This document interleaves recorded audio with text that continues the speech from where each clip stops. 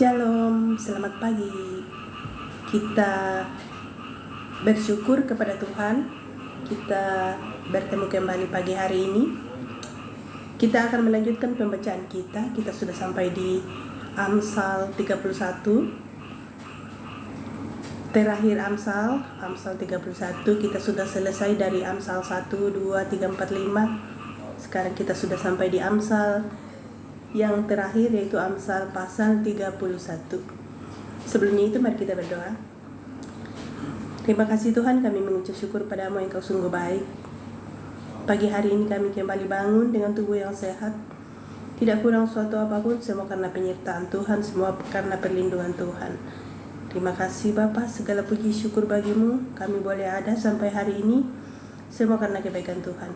Kami rindu sebelum melakukan aktivitas, kami mau mencari Tuhan, mencari wajah Tuhan, karena di luar Tuhan kami tidak bisa berbuat apa-apa.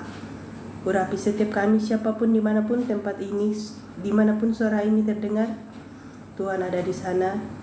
Tuhan mendengar setiap seruan kami dan Tuhan melihat setiap hati kami. Kami rindu membaca firman-Mu dalam nama Yesus, haleluya, amin. Amsal pasal 31 saya baca dari sini. Amsal-amsal untuk Lemuel dari ibunya. Inilah perkataan Lemuel, raja Masah, yang diajarkan ibunya kepadanya. Apa yang akan kukatakan, anakku, anak kandungku, anak nasarku? Jangan berikan kekuatanmu kepada perempuan dan jalanmu kepada perempuan-perempuan yang membinasakan raja-raja. Tidaklah pantas bagi raja, hai Lemuel, tidaklah pantas bagi raja meminum anggur, ataupun bagi para pembesar mengingini minuman keras. Jangan sampai karena minum, ia melupakan apa yang telah ditetapkan dan membengkokkan hak orang-orang yang tertindas. Berikanlah minuman keras itu kepada orang yang akan binasa, dan anggur itu kepada yang susah hati. Biarlah ia minum dan melupakan kemiskinannya, dan tidak lagi mengingat kesusahannya. Bukalah mulutmu untuk orang yang bisu, untuk hak semua orang yang merana. Bukalah mulutmu, ambillah keputusan secara adil, dan berikanlah kepada yang tertindas dan yang miskin hak mereka.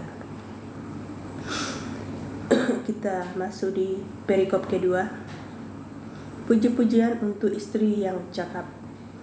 Istri yang cakap, siapakah akan mendapatkannya? Ia lebih berharga daripada permata. Hati suaminya percaya kepadanya, suaminya tidak akan kekurangan keuntungan. Ia berbuat baik kepada suaminya dan tidak berbuat jahat. Sepanjang umurnya ia mencari bulu domba dan rami, dan senang bekerja dengan tangannya. Ia serupa kapal-kapal saudagar, dari jauh ia mendatangkan makanannya. Ia bangun kalau masih malam, lalu menyediakan makanan untuk seisi rumahnya, dan membagi-bagikan tugas kepada pelayan-pelayan perempuan. Ia membeli sebuah ladang yang diingininya, dan dari hasil tangannya kebun anggur ditanaminya. Ia mengikat pinggangnya dengan kekuatan, ia menguatkan lengannya. Ia tahu bahwa pendapatannya menguntungkan. Pada malam hari, pelitanya tidak padam. Tangannya ditaruhnya pada jentera, jari-jarinya memegang pemintal. Ia memberikan tangannya kepada yang tertindas, mengulurkan tangannya kepada yang miskin. Ia tidak takut kepada salju untuk seisi rumahnya, karena seluruh isi rumahnya berpakaian rangkap. Ia membuat bagi dirinya permadani, lenan halus dan kain ungu pakaiannya. Suaminya dikenal di pintu gerbang, kalau ia duduk bersama-sama para tua-tua negeri. Ia membuat pakaiannya dari lenan dan menjualnya. Ia menyerahkan ikat pinggang kepada pedagang. Pakaiannya adalah kekuatan dan kemuliaan. Ia tertawa tentang hari depan. Ia membuka mulutnya dengan hikmat. Pengajaran yang lemah lembut ada di lidahnya. Ia mengawasi segala perbuatan rumah tangganya, makanan kemalasan tidak dimakannya. Anak-anaknya bangun dan menyebutnya berbahagia. Pula suaminya memuji dia.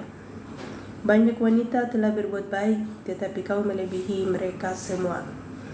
Kemolekan adalah bohong dan kecantikan adalah sia-sia. Tetapi istri yang takut akan Tuhan dipuji-puji. Berilah kepadanya bagian dari hasil tangannya, biarlah perbuatannya memuji dia di pintu-pintu gerbang. Sedemikianlah firman Tuhan. Terpujilah Tuhan Yesus. Kita berjumpa esok pagi. Selamat beraktivitas. Tuhan Yesus memberkati. Shalom dan Immanuel.